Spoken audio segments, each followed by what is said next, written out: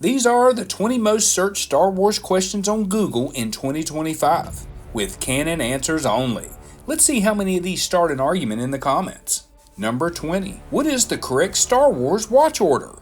There's no single correct order if you're watching Star Wars. You're only winning. One of my favorite ways, though, is the flashback order. I start with Rogue One, then watch the original trilogy. When Darth Vader lifts Palpatine over his head in Return of the Jedi and lightning is frying his suit, I pause the movie and jump back to episodes 1, 2, and 3 as Anakin's life flashing before his eyes. Then I finish Return of the Jedi and move on to the sequels. Is it unconventional? Yes. Does it emotionally hurt every time? Also yes. Number 19. What do lightsaber colors mean? Lightsaber colors reflect a Force user's path and mindset. Blue represents Jedi Guardians focused on combat and protection. Green is associated with wisdom and a deeper connection to the Force. Yellow represents balance and Jedi Sentinels. Red belongs to Sith and dark side users, created by corrupting a Kyber crystal. Ooh. Rare colors like purple suggest mastery and inner conflict, while white symbolizes redemption and purification. Your lightsaber color is basically your personality test, but cooler. Number 18. Why can't Jedi love? Huh? What? Jedi aren't forbidden from feeling love, they're forbidden from attachment. The Jedi believe possessive love leads to fear of loss, and fear leads straight to the dark side. Ooh. Their goal is compassion without control, love without ownership. Unfortunately, Anakin took that rule as a personal challenge.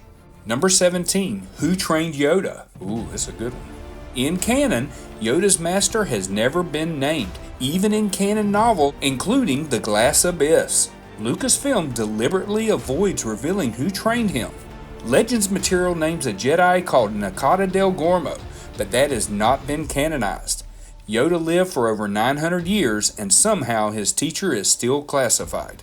Number 16. How did Anakin get his scars? Anakin's scars came from years of brutal combat during the Clone Wars. His aggressive fighting style meant injuries piled up and never fully healed.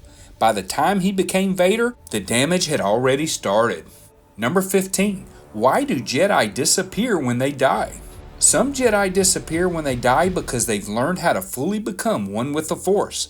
This ability was rediscovered by Qui-Gon Jinn and requires complete selflessness and letting go at the moment of death. It's not automatic, which is why most Jedi, unfortunately, do not get the cool exit. Number 14. What is Order 66? Order 66 was a secret command implanted into the clone troopers, labeling all Jedi as traitors to the Republic.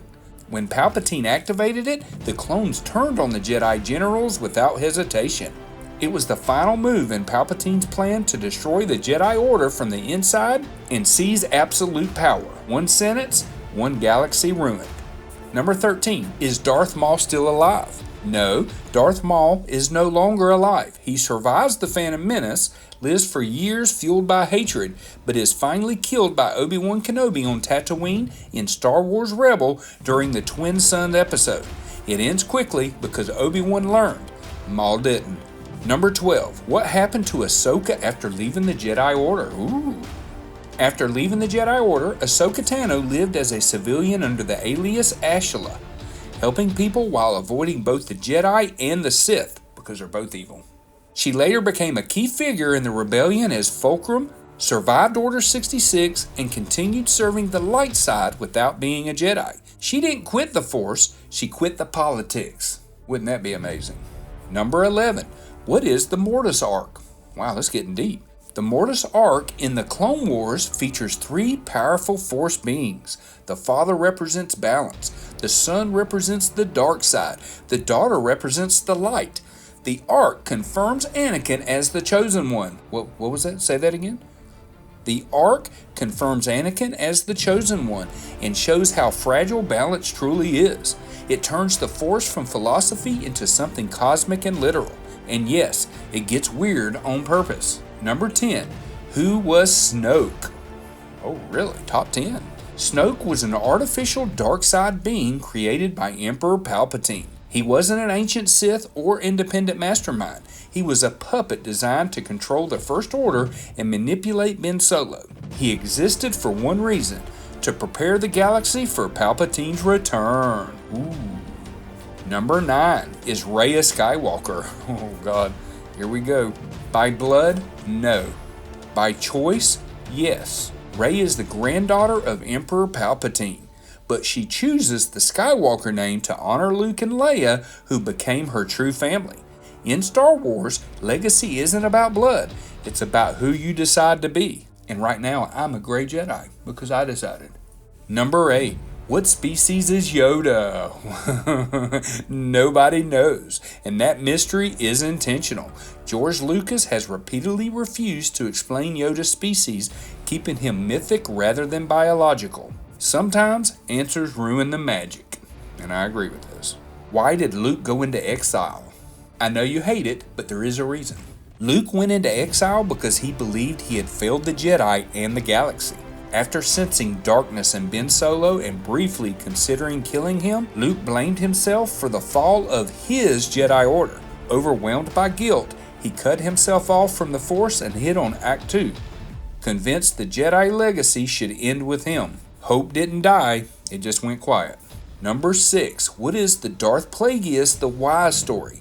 Darth Plagueis was a Sith Lord so powerful he learned to manipulate life itself and prevent death. At least for others. Palpatine tells this legend to Anakin in Revenge of the Sith. In classic Sith fashion, Plagueis was murdered by his apprentice in his sleep. He could save everyone except himself. Number 5. What is a Grey Jedi? A Grey Jedi isn't an official rank or order in canon.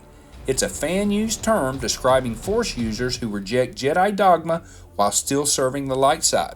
Characters like Ahsoka Tano and Qui-Gon Jinn are often labeled Grey Jedi, even though the term itself doesn't formally exist. Basically, light side with no meetings. Number 4. Why did Anakin turn to the dark side? Anakin turned because fear and love collided. He feared losing Padme, felt distrusted by the Jedi Council, and was manipulated by Palpatine, who promised control over death itself. The dark side gave Anakin what the Jedi never did, certainty. Number 3. Is Anakin the chosen one? Yes, Anakin Skywalker is the chosen one. Let me say that again. Yes, Anakin Skywalker is the chosen one. He was conceived by the Force, fulfilled the prophecy by destroying the Sith when he killed Emperor Palpatine, and ultimately brought balance to the Force. His fall didn't negate the prophecy, it completed it. And yes, Palpatine did return. But did he? No, he didn't. It was a clone of him, not the real Palpatine. Number 2. Who is the most powerful Sith? We get deep here. Canon points to Emperor Palpatine, Darth Sidious. He's orchestrated the fall of the Jedi, ruled the galaxy, mastered the dark side, and even cheated death. Other Sith were powerful. Sidious was inevitable. Number 1. Who is the most powerful Jedi? Canon most strongly points to Luke Skywalker. By the end of his life, Luke achieved unmatched mastery of the Force, defeated darkness without hatred, and performed the greatest non-violent Force feat ever seen, projecting himself across the galaxy. Other Jedi were legendary. Luke represents the Jedi at their absolute peak. And yes, the comments are still going to argue, and I'll tell you that you're wrong.